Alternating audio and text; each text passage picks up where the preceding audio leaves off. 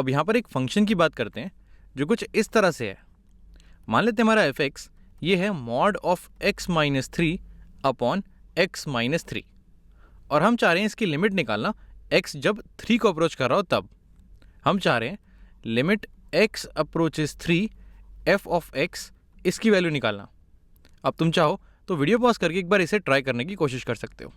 तो जब भी किसी फंक्शन की डेफिनेशन में मॉड का साइन बना हो तो हमें समझ जाना चाहिए कि क्योंकि मॉड हमारा एक पीसवाइज डिफाइंड फंक्शन है, तो हमें जो ये फंक्शन एफ एक्स दिया हुआ है ये भी पीसवाइज डिफाइंड फंक्शन होगा। और इसका मतलब ये है कि x की अलग अलग वैल्यूज़ के लिए हमारे फंक्शन की डेफिनेशन अलग अलग होगी। जैसे हम इस फंक्शन की बात करें, अगर मैं इसको दो पार्ट में डिवाइड करूं, एक पार्ट वो जहां x की वैल्यू 3 से ज़्यादा हो और एक पार्ट वो जहां x की वैल्यू 3 से कम हो। और अगर तुम सोच रहे हो कि हमने x की वैल्यू 3 ही क्यों ली, तो वो उसका रीज़न ये है कि न्यूमरेटर में जो मेरा मॉड है उसमें जो उसके अंदर लिखा हुआ है x माइनस थ्री, ये 3 पे 0 हो रहा है, यानी कि 3 के राइट में और लेफ्ट में इसके अलग अलग साइन होंगे, जो कि हम देख भी सकते हैं अगर हम इसकी डेफिनेशन लिखें। अगर हम लिखें एफ एक्स, इसको अगर हम दो पार्ट में डिवाइड करके लिखें, मान लेते हैं एक पार्ट जहां मेरा x 3 से ज़्यादा है, तो यहाँ पर इसकी डेफिनेशन क्या होगी?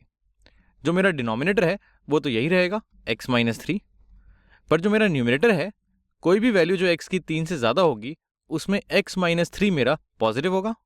अगर मैं एग्जाम्पल लूँ तो 4 अगर मैं वैल्यू लेता हूँ तो 4 माइनस थ्री मेरा पॉजिटिव है, तो इसका मॉड मुझे वही वापस कर देगा। अगर मैं 10 लूँ तो 10 माइनस थ्री ये 7 के बराबर होता है और ये भी पॉजिटिव है, तो ये भी मुझे वही वैल्यू दे देगा। यानी कि जब मेरी वैल्यूज़ 3 से ज़्यादा होंगी तो ये मॉड मुझे सेम वैल्यू वापस कर देगा, जो मेरी x माइनस थ्री है यही मुझे वापस कर देगा क्योंकि ये पॉजिटिव है।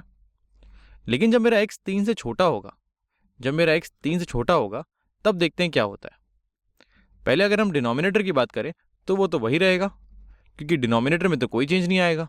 x माइनस थ्री की वैल्यू चाहे वो 3 से बड़ा हो या छोटा हो, वो तो x माइनस थ्री ही रहेगी। लेकिन जो मेरा न्यूमरेटर है इसमें मॉड के अंदर जो लिखा हुआ है x माइनस थ्री, ये मेरा नेगेटिव हो जाएगा। तुम चाहो तो कोई वैल्यू उठा सकते हो। 3 से छोटी अगर मैं कोई वैल्यू उठाऊं, मान लेते हैं मैंने 2 उठा ली, तो 2 माइनस थ्री हो जाएगा मेरा -1, और मॉड मुझे -1 की जगह 1 वापस करेगा। वैसे ही अगर मैं कोई वैल्यू उठा लूँ, मान लेते हैं 0, तो 0 माइनस थ्री मुझे देगा -3, और मॉड मुझे -3 की जगह 3 वापस करेगा। यानी कि जो भी वैल्यू होगी इसके अंदर की, मेरा मॉड मुझे उसका नेगेटिव वापस करेगा। तो ये हो जाएगा मेरा x माइनस थ्री की जगह इसका नेगेटिव, यानी कि minus of x minus three. ये हो जाएगी इसकी डेफिनेशन। अब अगर तुम सोच रहे हो कि हमने 3 से ज़्यादा ले लिया, 3 से कम भी ले लिया, 3 पे क्या हो रहा होगा? तो 3 पे कुछ खास हो नहीं रहा है। 3 पे जो मेरा फंक्शन है वो डिफाइंड ही नहीं है। उसका रीज़न ये है कि जो इसका डिनोमिनेटर है वो 3 पे हो रहा है 0, और कभी भी मेरा डिनोमिनेटर मैथ में 0 नहीं हो सकता। तो 3 पे मैं वो बोल सकता हूँ मेरा फंक्शन नॉट डिफाइंड है। तो अब हमारे पास इसकी डेफिनेशन आ गई। अब अगर हमें 3 की टेंशन नहीं लेनी है, अगर मेरा इनपुट 3 होगा ही नहीं कभी, तो देखते हैं इन वैल्यूज़ को क्या मैं सिंप्लीफाई कर सकता हूँ। ये जो मेरी वैल्यू है x minus three upon x minus three, ये तो कट के 1 बन सकती है, क्योंकि न्यूमरेटर डिनोमिनेटर तो हमेशा बराबर रहेंगे, तो ये कट के 1 हो जाएगी। वैसे ही ये दोनों वैल्यूज़ भी एक दूसरे से कैंसिल हो रही हैं। यहाँ पर x माइनस थ्री और x माइनस थ्री कैंसिल हो रहा है, ये कट के मेरा 1 बन रहा है, पर यहाँ पर मेरे पास एक नेगेटिव साइन भी है। तो यानी कि अगर मैं इनको सिंप्लीफाई करके लिखूँ, तो ये जो ऊपर लिखा हुआ है, जब मेरा x 3 से ज़्यादा होगा तो इसकी वैल्यू मेरी 1 के बराबर है, और जो नीचे लिखा हुआ है इसकी वैल्यू, क्योंकि यहाँ पर एक नेगेटिव साइन था, तो इसकी वैल्यू -1 के बराबर है।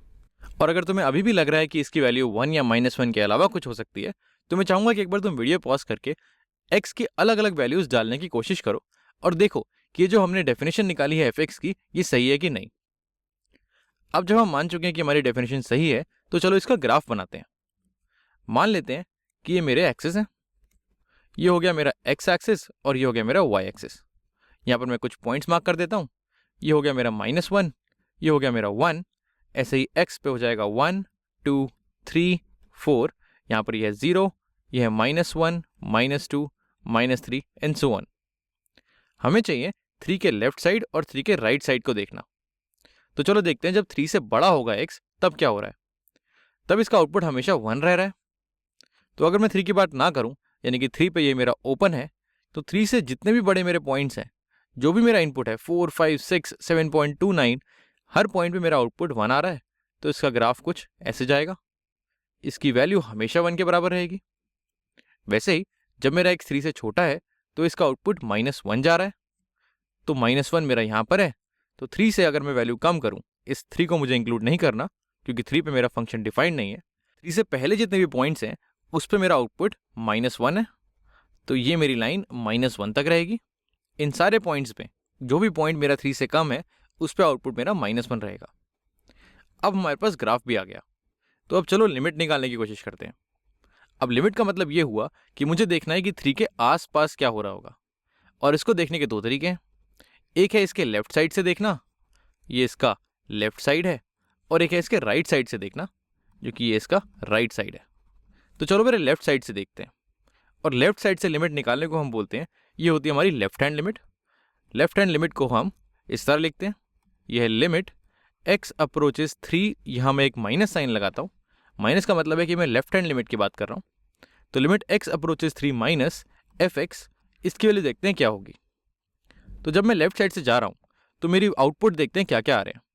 0 पे आउटपुट है -1, 1 पे भी -1 है, 2 पे भी -1 है, 2.78 पे भी -1 होगा, 2.9999 पे भी -1 होगा।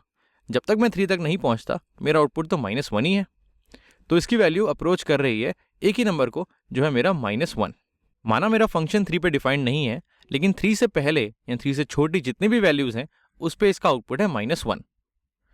तो इसी तरह अब हम राइट हैंड लिमिट निकालते हैं। राइट हैंड लिमिट में अगर मैं देखूं तो उसको लिखने का कुछ ये वाला तरीका होता है, लिमिट x अप्रोचेस 3 प्लस, इस प्लस का मतलब होता है कि हम राइट साइड से आ रहे हैं, limit x approaches 3 plus fx की वैल्यू, ये देखते हैं कितनी होगी। यहाँ पर मैं कोई भी वैल्यू लूँ, 3 से जो बड़ी वैल्यू है उस पर मेरा आउटपुट 1 आ रहा है, 4 पे मेरा आउटपुट 1 आ रहा है, 3.5 पे मेरा आउटपुट 1 आ रहा है, 3.1 पे मेरा आउटपुट 1 आ रहा है, 3.000001 पे मेरा आउटपुट 1 आ रहा है, और 3 से जस्ट अगर एक अगला नंबर है मेरा जो बहुत पास है 3 के, उस पे भी मेरा आउटपुट 1 आ रहा है। जब तक मैं 3 को छूता नहीं हूँ मेरा आउटपुट 1 ही रहेगा। तो इसका मतलब ये हुआ कि इसकी राइट हैंड लिमिट अप्रोच कर रही है 1 को। अब हमने इसकी लेफ्ट और राइट हैंड लिमिट दोनों निकाल ली, और यहाँ पर हम देख के बोल सकते हैं कि ये दोनों लिमिट अलग अलग हैं, यानी कि लेफ्ट वाली पार्टी राइट वाली पार्टी से सहमत नहीं है।